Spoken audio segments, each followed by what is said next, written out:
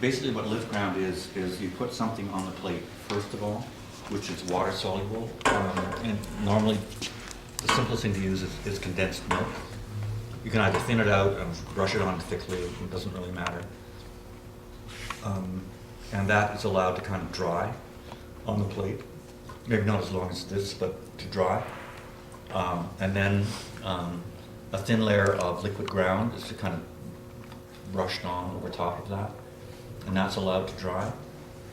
And then when both layers are dry, you take this and you put it in warm water and you just leave it there for however long it takes. And what happens is that the ground that, even though it seems dry, the ground that's on top of the sugar is slightly still porous and will allow water through, right? So the water goes down and it begins to attack the sugar solution, dissolve it, it lifts off, and it takes the ground on top of it with it. And that's basically how both of these plates were done.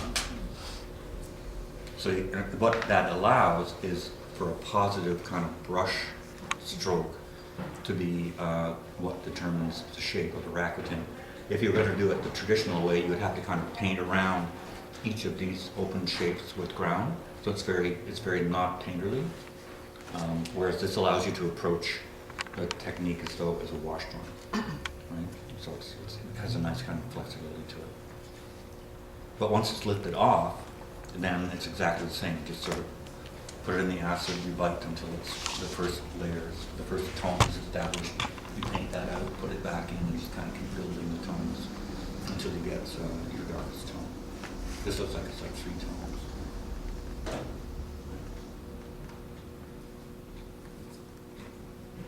But it's hard. I mean, I would get a simple aquatint.